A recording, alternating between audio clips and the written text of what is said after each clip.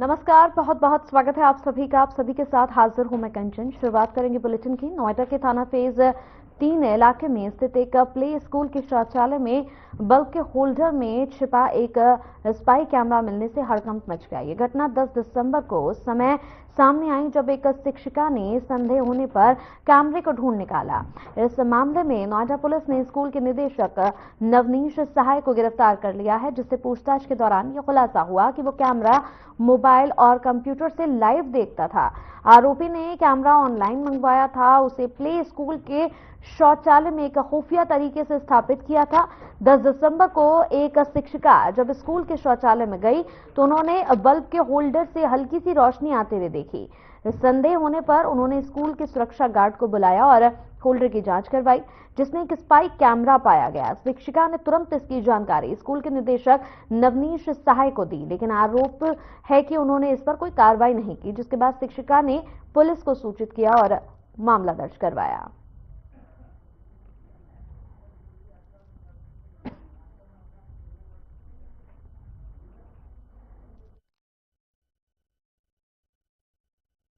थाना phase 3 police द्वारा एक वांछित अभियुक्त को गिरफ्तार किया गया, जिसका नाम नवनीश सहाय है और वो मूल रूप से गाजियाबाद का रहने वाला है और थाना फेज 3 के अंतर्गत एक प्ले स्कूल का संचालक है।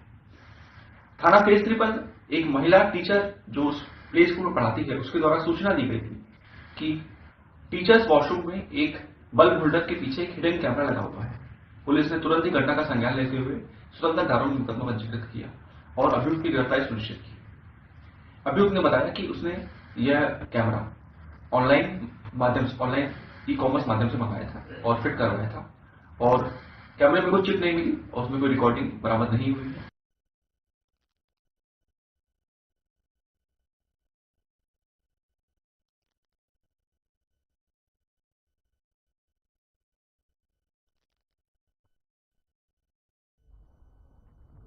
चलिए, इसी बीच इस वक्त की एक बड़ी खबर आ रही है। आपको बता दें कि कांग्रेस नेता हाउस अरेस्ट हुए हैं। इस वक्त की बड़ी खबर, अयोध्या से जयकरण वर्मा को हाउस अरेस्ट कर लिया गया है। पूर्वा खिरौनी नगर पंचायत में हाउस अरेस्ट उनको कर लिया गया। बड़ी खबर इस वक्त की टीवी स्क्रीन पर। रोनाही पुलिस ने हाउस अरेस्ट उनको किया है। लखनऊ विधानसभा का घेराव करने के लिए वो जा रहे थे। सैकड़ों कार्यकर्ताओं के साथ विधानसभा जा रहे थे।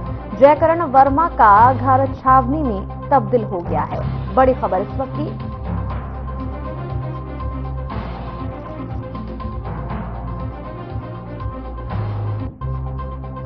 तो बड़ी खबर इस वक्त की, कांग्रेस नेता को हाउस अरेस्ट कर दिया गया है।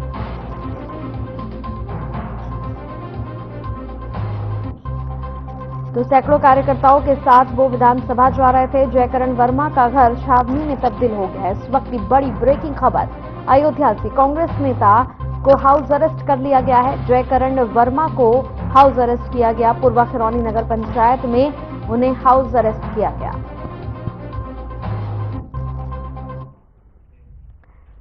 बांदा में एक युवती ने युवक पर गंभीर आरोप लगाए हैं, जहां आरोप है कि युवक शादी का झांसा देकर युवती का शारीरिक शोषण करता रहा। यही नहीं, युवती जब गर्भवती हो गई तो युवक ने उस पर गर्भपात कराने का दबाव बनाया, लेकिन युवती ने गर्भपात नहीं कराया और 2021 में एक बच्चे को जन्म दिया। वहीं बच्चे को जन्म देने के बाद आरोपी युवक ने पीड़ित युवती से विवाह करने से इनकार कर दिया। पीड़ित युवती ने आरोपी युवक और उसके परिवार के खिलाफ शहर कोतवाली में मुकदमा भी दर्ज करा दिया था, जिसके बाद आरोपी पक्ष ने जेल जाने के डर से पीड़ित युवती और उसके मासूम बच्चे की देखरेख और परवरिश का भरोसा दिलाकर मुकदमे में समझौता कर लिया। लेकिन आरोप है कि मुकदमे में समझौते के बाद आरोपी युवक और उसका परिवार वादे से मुकर गया।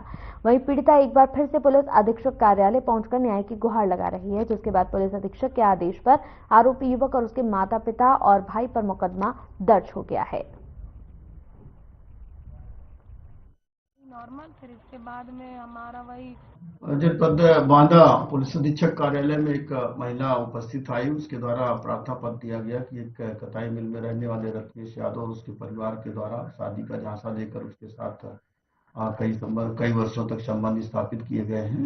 उनकी तहरीर प्राप्त की गई है। तहरीर के आधार पर कोतवाली नगर में अभियोग पंजीकृत कर विवेचना की जा रही है। जो भी तथ्य मिलेंगे, साक्ष्य मिलेंगे, उसके आधार पर अग्रिम विधिक कार्रवाई की जा रही है। मेरा मामला ये है कि 2020 में रत्नेश यादव से कॉल पे बात हुई थी रत्नेश यादव पुत्र सुलखान सिंह यादव जो रिटायर्ड दरोगा।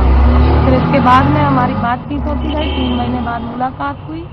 ऐसे ही मुलाकात हुई नॉर्मल। फिर इसके बाद में हमारा वही दशहरे बाद हम लोगों की मुलाकात फिजिकली हुई। फिर इसके बाद जनवरी में ये बच्चा आ गया पेट में। बच्चा आने के बाद मैंने बोला बच्चा आ गया, तो उसको बच्चा नहीं चाहिए था। उनने मुझसे बोला बच्चा गिराओ, मैं इस चीज़ के लिए नहीं मानी। बोला कि बच्चा गिरवाओ तब शादी करेंगे। मैंने कि बच्चा नहीं गिराऊंगी। मार पीट करता रहा। 4.5 महीने का बच्चा रहा। तब इसके बड़े भाई रवि यादव को पता, इनकी माँ सुमन को भी पता था, सिर्फ इनके पापा को नहीं पता था, सुलखान सिंह यादव को। मेरा मामला ये है कि 2020 में रत्नेश यादव। अयोध्या से एक और बड़ी खबर आपको बता दें कि लगातार बढ़ रही है ठंड और लापरवाह दिख रहा है पूरा प्रशासन। कई चौराहों पर अभी तक यहां पर अलाव भी नहीं जले हैं। नगर निगम नहीं जलवा पा रहा है अलाव। जिले में पारा लगातार गिर रहा है। जिले में पारा 2 डिग्री सेल्सियस पहुंच चुका है। सिर्फ रोडवेज स्थित रैन बसेरों पर ही अलाव की व्यवस्था की गई है। कई जगह स्थानीय खुद ही अपनी व्यवस्थाओं को कर रहे हैं। बड़ी खबर इस वक्त की टीवी स्क्रीन पर आपको दिखा रहे हैं। अयोध्या में लगातार ठंड बढ़ रही है। इस वक्त लगातार उत्तर प्रदेश में ठंड का प्रकोप जो है वो नजर आ रहा है। कई चौराहों पर अभी तक अलाव की व्यवस्था नहीं की गई है। नगर निगम कहीं न कहीं इस पूरे मामले पर फेल साबित हुआ, जिसमें आपको बता दें कि नगर निगम की ओर से अभी तक चौराहों पर अलाव की व्यवस्था नहीं की गई है और इसी वजह से लोग अपने आप ही अलाव की व्यवस्था कर रहे हैं। जिले में पारा लगातार लुढ़क रहा है। सिर्फ रोडवेज स्थित रैन बसेरों में ही अलाव की व्यवस्था की गई है।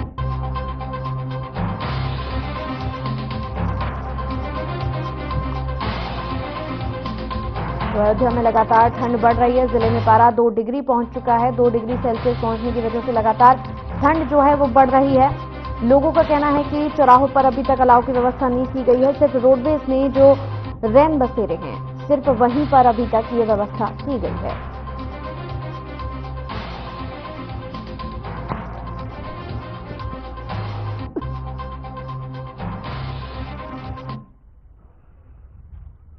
और अब खबर बुलंदशहर से है। बुलंदशहर के NH91 पर घने कोहरे की वजह से 1 दर्जन वाहन आपस में टकरा गए। इस हादसे में 2 दर्जन से ज्यादा लोग घायल हुए हैं। वहीं हाईवे पर गैस सिलेंडर लदा ट्रक भी टकराया है।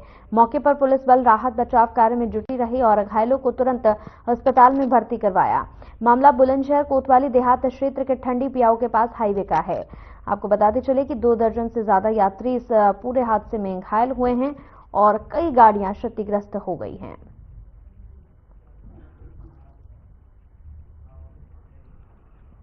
वहीं अब खबर ग्रेटर नोएडा से है, जहां घने कोहरे की वजह से दादरी बाईपास पर हादसा हुआ। कई गाड़ियां कम विजिबिलिटी के चलते आपस में टकरा गई। पहले मैक्स और कैंटर की टक्कर हुई, वहीं कम विजिबिलिटी की वजह से कई गाड़ियां पीछे से टकरा गई। बिसाड़ा फ्लाईओवर से बुलंदशहर की ओर जाने वाले मार्ग पर यह हादसा हुआ। घटना की सूचना मिलते ही मौके पर थाना दादरी पुलिस पहुंची। हादसे में 2 सवारियों को मामूली चोटें आई हैं। ये पूरी घटना थाना दादरी क्षेत्र के दादरी बाईपास की है।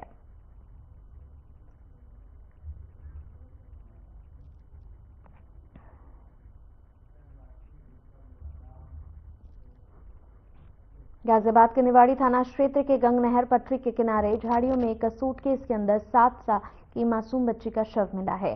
शव मिलने से इलाके में हड़कंप मच गया है। घटना की सूचना मिलते ही मौके पर पुलिस भी पहुंची और बच्ची के शव को पोस्टमार्टम के लिए भेजा।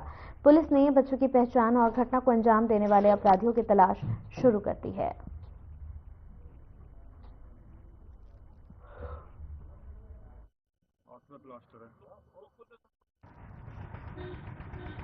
आज दिनांक 17 दिसंबर 2024 को दोपहर लगभग 3 बजे थाना निवाड़ी पर यह सूचना प्राप्त हुई कि एक 6 से 7 वर्षीय बालक का शव एक बैग में गंगनहर के किनारे झाड़ियों में पड़ा हुआ है। प्राप्त सूचना के आधार पर पुलिस द्वारा फील्ड यूनिट व डॉग स्क्वाड के साथ घटनास्थल का निरीक्षण किया गया है तथा बच्चे की शिनाख्त करने का प्रयास किया जा रहा है। प्रकरण में अन्य आवश्यक वैधानिक कार्रवाई की जा रही है।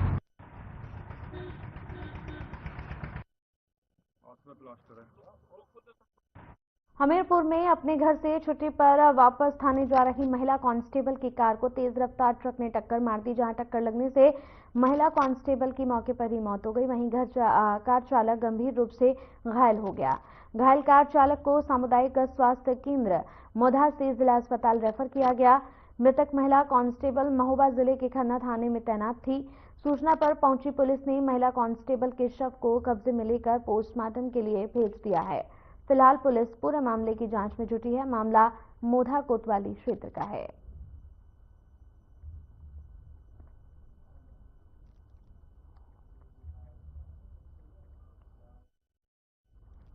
खबर मेरठ से है। मेरठ में बेखौफ बदमाशों का आतंक देखने को मिला। बदमाशों के ताबड़तोड़ फायरिंग करने का वीडियो सीसीटीवी में कैद हुआ है। जानकारी के अनुसार जेल से छूटकर आए आरोपी के घर पर बदमाशों ने फायरिंग की। फायरिंग में घर के अंदर मौजूद एक युवक को गोली लगी है, जिसकी हालत गंभीर बताई जा रही है।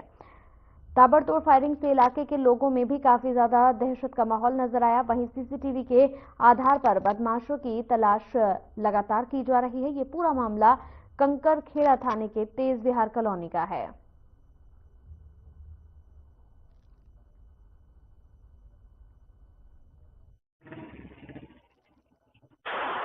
ये देखिए थाना कंकरखेड़ा क्षेत्र में योगीपुरम चौकी पड़ती है। वहाँ पे एक तेज विहार इलाका है। वहाँ पे आज सुबह फायरिंग की सूचना मिलते पुलिस मौके पर पहुँच के जांच पड़ताल की पाया गया कि वहाँ पे एक लड़का है हर्ष, जो कि जेल से बाहर आया था। उसकी किसी से रंजिश के चलते वो द्वारा इसके घर पे फायरिंग हुई और इसमें एक व्यक्ति जिसका नाम नमन है, जिसके पैर में गोली लगी, एक घायल हुआ है। घायल को उपचार अस्पताल में एडमिट कराया गया है, जहाँ पे उसकी हालत भी सेफ बताई जा रही है। इस मामले में सुसंगत धाराओं में मुकदमा पंजीकृत कर लिया गया। पुलिस की टोटल 3 टीमें लगाई गई। सीसीटीवी फुटेज वगैरह देखा जा रहा है और फिर जल्दी गिरफ्तारी।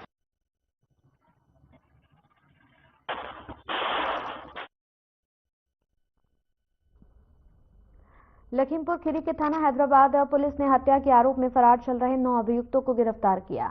वहीं गिरफ्तार अभियुक्तों के पास से हत्या में यहां पर उपयुक्त सामान और 2 4 पहिया वाहन भी पुलिस ने बरामद कर लिए हैं। थाना प्रभारी यहां शिवाजी दुबे ने बताया कि हत्या के आरोप में ये सभी आरोपी हत्या करने के बाद से फरार चल रहे थे, जिसके बाद अभियुक्तों को गिरफ्तार किया गया है। 9 आरोपियों को आपको बता दें कि इसमें गिरफ्तार किया गया। हत्या मामले में ये सभी फरार चल रहे थे। 4 पहिया गाड़ियां भी यहां पर जब्त की गई हैं। आपको बता दें कि पुलिस को ये बड़ी कामयाबी मिली, जिसमें 9 आरोपियों को पुलिस ने गिरफ्तार किया और कुछ गाड़ियों को भी पुलिस ने बरामद किया है, जो हत्या के दौरान इस्तेमाल की गई थी।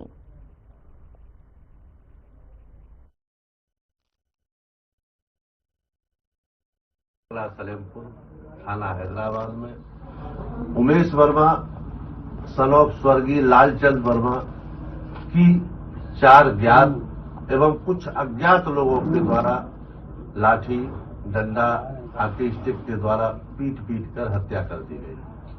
सूचना मिलते ही तत्काल हैदराबाद पुलिस मौके पर पहुंची। सबका पंचायतनामा भरकर पोस्टमार्टम हेतु भेजा गया। बाद में जूली वर्मा द्वारा दी गई तहरीर के आधार पर सुसंगत धाराओं में अभियोग पंजीकृत किया गया तथा अभियुक्तों की गिरफ्तारी हेतु 4 टीमों का गठन किया गया।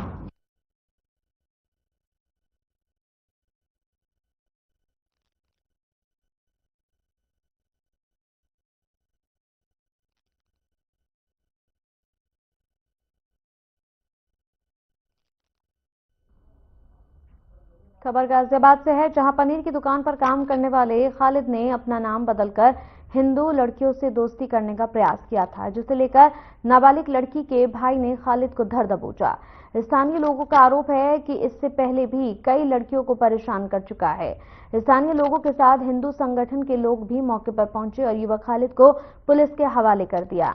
आपको बताते चले, पुलिस खालिद को लेकर थाने पहुंची, जहां पर हिंदू संगठन के लोग भी इकट्ठा हुए।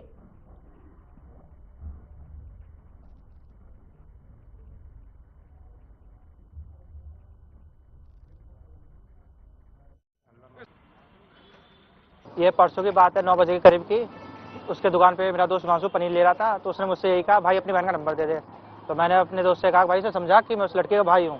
तो उसने समझाया, तो ये कहता है कि मेरे पास स्नैप आईडी पड़ी है, फोटो पड़ा, जो करना कर ले, जाके जा। ऐसे धमकी दी। कौन है युवक जिसे धमकी दी? वो मुसलमान लड़का है जो A1 पनीर नाम के नाम से दुकान चलाता अपना। खालिद नाम है। ये पूरा मामला ये हमारे हिंदू बच्चों को टारगेट किया जाता है। A1 पनीर के नाम से इनकी दुकान है। पहले भी इनके नाम एक कंप्लेंट दर्ज हो चुकी है, पिछले 6 महीने पहले। इन्होंने पहले भी गलतियां की हैं, इनको मौका दिया गया, उसके बाद भी हिंदू बच्चों को टारगेट कर रहे हैं। हिंदू बच्ची का जबरदस्ती मोबाइल नंबर मांग रहे हैं उसके भाई से। समझाने पे धमकी देते हैं कि एसिड फेंक देंगे। क्या नाम है उसकी? लड़के का नाम है खालिद। मामला ये है, सेक्टर 3 वैशाली में एवन के नाम से पनीर की दुकान है, जबकि वो मुस्लिम है लड़का मोहम्मद खालिद। तो परसों लड़की का भाई जो शिवम है, हमारा कार्यकर्ता है बजरंग दल का, वो वहां पर जाता है सामान लेने, तो कहता है अपनी बहन का नंबर दे दो। अब आप ये लगा लो इन जिहादियों की कितना हौसले बुलंद है। इस योगी शासन में जब भाजपा की सरकार है तो उसके बावजूद भाई से नंबर मांगा जा रहा है। लड़की नाबालिग है, तो ऐसे लोगों के खिलाफ मैं पुलिस से ये कहना चाहूंगा कि सख्त कार्रवाई करे और जो भी कठिन से कठिन इस पर धाराएं लगती होंगी वो धाराएं लगनी चाहिए और जेल जाना चाहिए।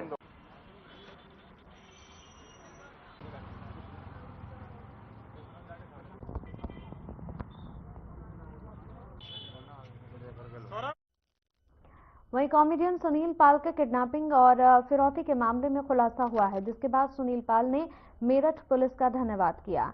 बता दें कि इसी बीच कॉमेडियन सुनील पाल ने यूपी की योगी सरकार की खूब तारीफ भी की है। कॉमेडियन सुनील पाल ने कहा कि पुलिस ने बेहतर तरीके से अपराधियों पर कार्रवाई की है, जिसमें कई यहां पर पकड़ लिए गए हैं और एक बदमाश को गोली भी लगी है। सुनील पाल ने कहा कि योगी आप हमेशा ही यूपी के सीएम बने रहें। किडनैप कांड में मेरठ पुलिस ने 24 घंटे के अंदर एक बदमाश को अरेस्ट भी कर लिया है। मैं हूं सुनील पाल।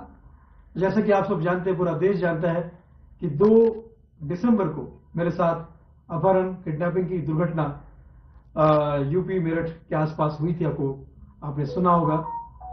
लेकिन मैं बहुत धन्यवाद करना चाहूंगा हमारे योगी सरकार को, यूपी सरकार को, जिनके निर्देशन में यहाँ की मेरठ पुलिस ने, यूपी पुलिस ने बड़ी बहादुरी से इस केस का सामना किया और जितने अपराधी हैं उनके ऊपर सख्त से सख्त कार्रवाई की।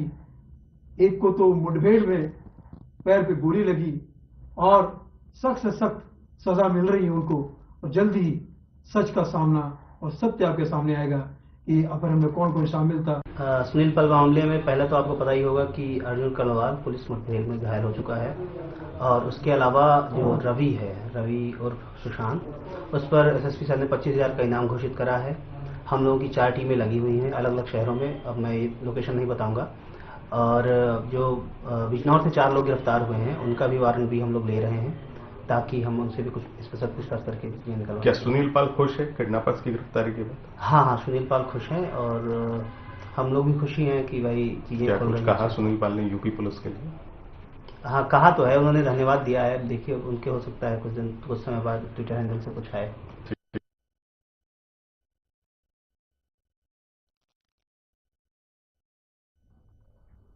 बिजनौर में फिल्म कलाकार मुश्ताक खान के अपहरण मामले में पुलिस ने फरार आरोपी शिवा को गिरफ्तार कर लिया। इससे पहले पुलिस मामले में 4 अपहरणकर्ताओं को जेल भी भेज चुकी है। मामला बिजनौर के थाना कोतवाली शहर का है। तो आपको बता दें कि मुश्ताक खान के अपहरण का ये पूरा मामला, जिसमें पुलिस को बड़ी सफलता हासिल हुई है। फरार आरोपी शिवा को भी पुलिस ने इस पूरे मामले में गिरफ्तार कर लिया है। बिजनौर कोतवाली नगर का ये पूरा मामला, फरार आरोपी शिवा को पुलिस ने गिरफ्तार किया। बताते चले कि इस मामले में लगातार शिवा के कई दिनों से पुलिस को तलाश थी।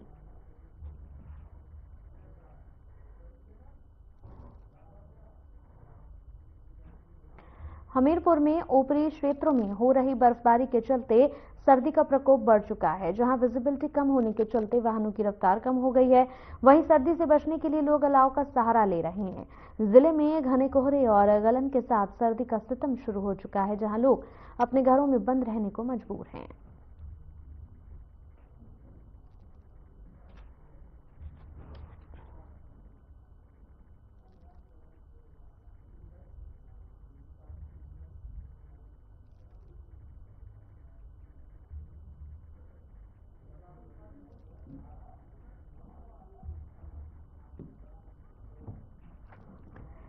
पीसीएस परीक्षा को लेकर डीएम ने परीक्षा केंद्रों का निरीक्षण किया है। निरीक्षण कर परीक्षा केंद्रों की व्यवस्था का जायजा लिया। 22 दिसंबर को 6 केंद्रों में पीसीएस परीक्षा होनी है। परीक्षा 2 पालियां में संपन्न कराई जाएंगी। पीसीएस परीक्षा में 2382 परीक्षार्थी शामिल होंगे। सीसीटीवी कैमरों की निगरानी में परीक्षा संपन्न कराई जाएगी। सुरक्षा व्यवस्था को लेकर मजिस्ट्रेट और पुलिस बल को भी जिम्मेदारी दे दी गई है।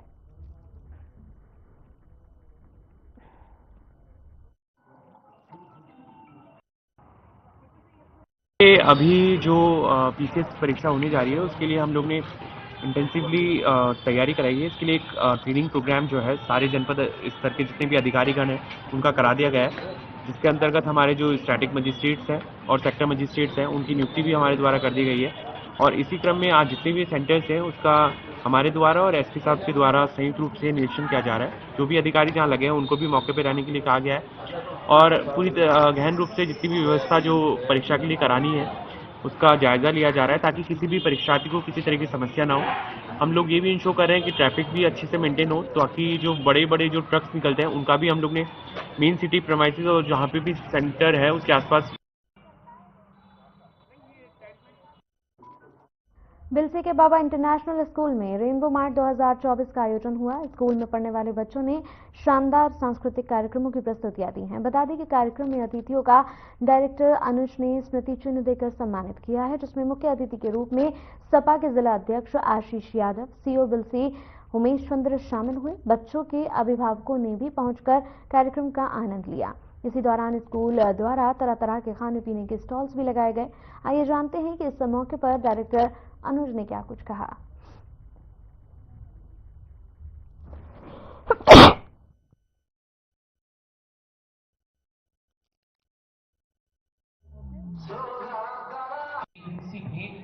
और बाबा इंटरनेशनल में चौथा रेनबो बच्चों का फेस लगी है, फोर्थ फेस लगी है। 10 सालों में हमने चौथी बार ये फेस लगाई है और हर साल इसको विशाल रूप देते जा रहे हैं। आज इस फेस में CO Bilsi, SDM Bilsi, inspector Bilsi, Ashish Yadav जो कि समाजवादी पार्टी के जिला अध्यक्ष है, लेकिन पार्टी का व्यक्तिगत कोई संबंध नहीं है। मैं भारतीय जनता पार्टी हूँ, वो समाजवादी पार्टी हूँ, लेकिन पारिवारिक नाते वो इस प्रोग्राम में मेरे आए थे। व्यक्तिगत पारिवारिक मेरा रिश्ता है उनसे। अवैध निर्माण की कमर तोड़ने के लिए गाजियाबाद विकास प्राधिकरण ने 4 नए बुलडोजर खरीदे हैं। आपको बता दें कि एक बुलडोजर की कीमत 35 लाख रुपए है। नए चारों बुलडोजरों को अनुमानित कीमत 1 करोड़ 40 लाख है। जीडीए के वीसी अतुल वत्स ने साफ कहा कि जिले में अवैध निर्माण नहीं पनपने दिया जाएगा। उन्होंने कहा गाजियाबाद में अवैध निर्माण की कोई जगह नहीं है। अवैध निर्माणकर्ताओं द्वारा नियम के खिलाफ किए जा रहे निर्माणों पर ग्रेप हटते ही ताबड़तोड़ कार्रवाई की जाएगी, तोड़फोड़ की जाएगी। साल 2022 में बुलडोजर खरीदने पर अप्रूवल मिला था, जिनको अब 2024 में खरीदा गया है। आइए जानते हैं उन्होंने इस बारे में आगे क्या कुछ कहा।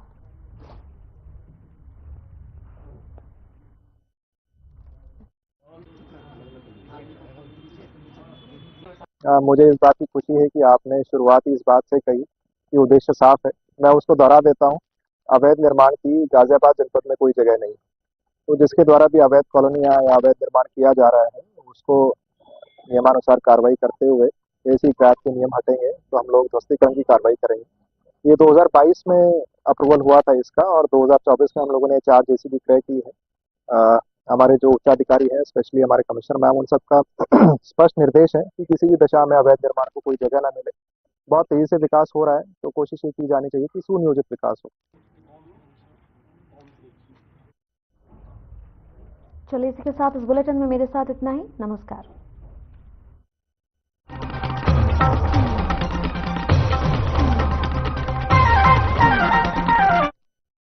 बोर्ड चाहिए, वो हरे बोर्ड निकाल दे भाई। ये तो एक्शन टेसा का HDHMR